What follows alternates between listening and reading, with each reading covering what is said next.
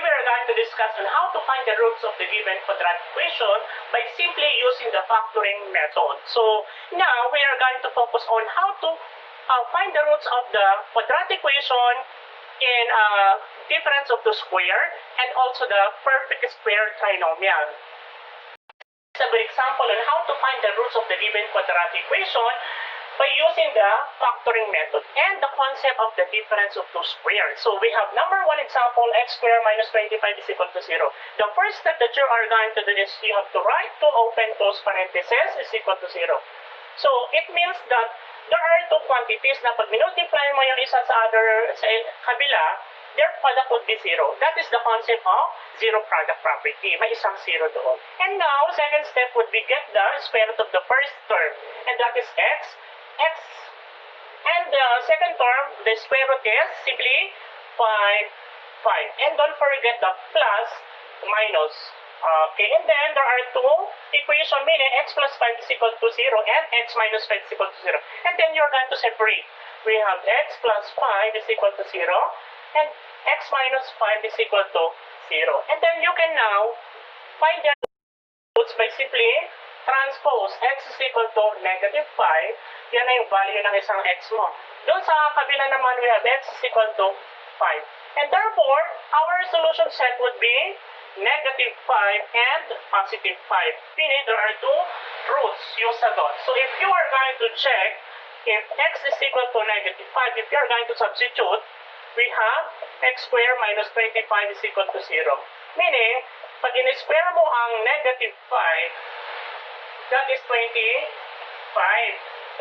And then, if you're going to subtract dun sa 25, that is equal to 0.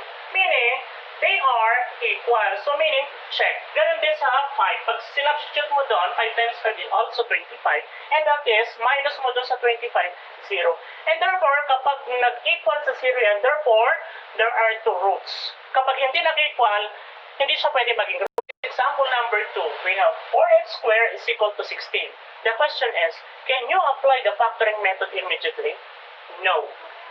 Because the given equation is not yet in the form of as squared minus b squared is equal to 0. Meaning, kailangan nakasulat siya ng ganitong form. Or this is the difference of two squares. So, meaning, magkasama yung first and second term mo sa isang side. And therefore, we are going to transpose the constant to the other side of the equation. We have 4x squared minus 16 is equal to 0. And then, you can now factor out. And that is equal to 0.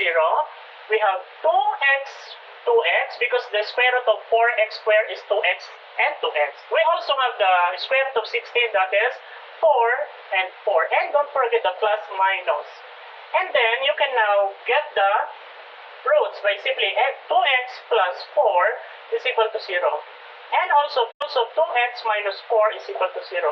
And there are two equations. The first thing that you are going to do is find the roots of the equation muna dito. And that is 2x plus 4 is equal to 0. And to find the roots, just simply transpose the positive 4 to the right side of the equation. That is, we have 2x is equal to negative 4. And don't forget to divide both sides by 2. Kailangan x lang ang matira. And also, 2 din sa kabila because that is the equation. And therefore, the value of x is equal to negative 2. Now, doon naman tayo sa kabila. So, to get the root of 2x minus 4 is equal to 0, just simply transpose mo yung minus 4 sa kabila or negative 4. That is, 2x is equal to 4. And you can now divide both sides by 2. And this is cancelled. That is, x is equal to 2. And therefore, the solution set for the roots, we have negative 2 and positive 2. Okay. Ano yung nanonotice nyo dyan? Kapag sinabing factoring difference of two square to get the roots, just simply press the number. And then, magkaiba lang ng sign. Negative yung isa positive. Yun lang yung tandaan nyo doon. If you're going to check, kuha ka lang ng isang value dyan. For example, positive 2. In-square ko yung 2, that is 4. Pag minultiply ko doon is 16. And that is equal. Isa lang ang kailangan. How about this example number 3? In this example number 3, use the concept of the perfect square trinomial.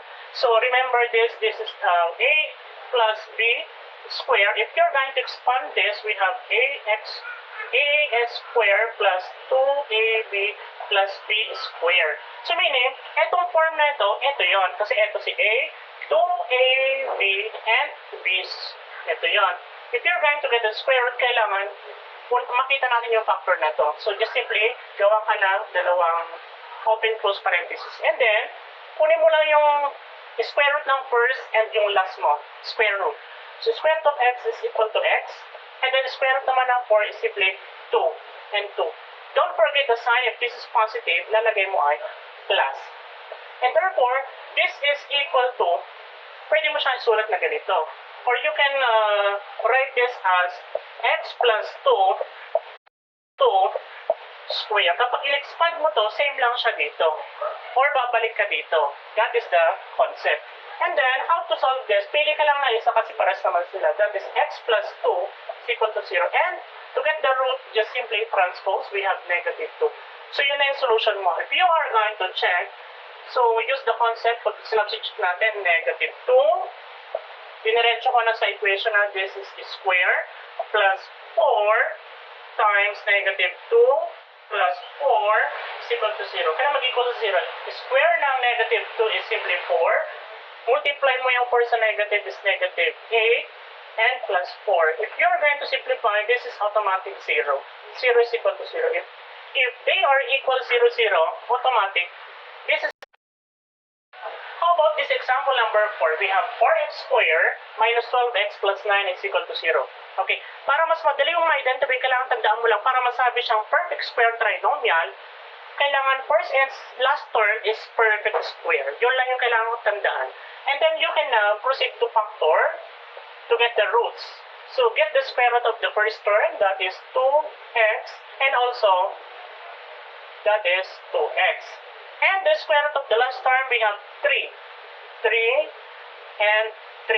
And take note, yung sign dito ay negative or this is minus. Kaya ilagay mo minus, minus. If you're going to, kapag eto kasi, this is simply, eto na yon. Yung form neto ay eto. Yung form neto, eto, since dalawa sila, you can write this as 2x minus 3. Ayan. Kapag in-expand mo to, same lang siya dito. Yun ang ibig sabihin ng perfect square trinomial. We are going to find the roots. We have 2x minus 3 is equal to 0. And that is 2x is equal to 3. You're going to transpose yung negative sa kabila, maging positive. Therefore, the value of x, we have 2x is equal to 3. And then divide both sides by 2. And cancel, that is x is equal to 3 over 2. And that is the fraction. Or pwede siyang decimal. If you are going to check your answer, just simply substitute the value of x, 3 over 2, dun sa given equation mo. And therefore, we are going to substitute just simply 4 times 3 over 2 square, and this is minus 12 times 3 over 2 minus plus 9 is equal to 0. And then, you can now square. Meaning, square muna yung 3 is 9. 9, meaning 9 over 4 na to kasi 3 square is 9, 2 square is 4. And you can now multiply. 12 times 3 is simply 36. Ulit muna natin. 36 over 2 plus 9. Kailangan mag-equal sa 0 kapag sinimplify ko to. And we have cancel na to kasi ano yan, 1 times 9 is simply 9. Dito sa kabila naman ay minus, simply 18 plus 9 is equal to 0. And therefore, 9 plus 9 is 18 minus 18 is simply 0.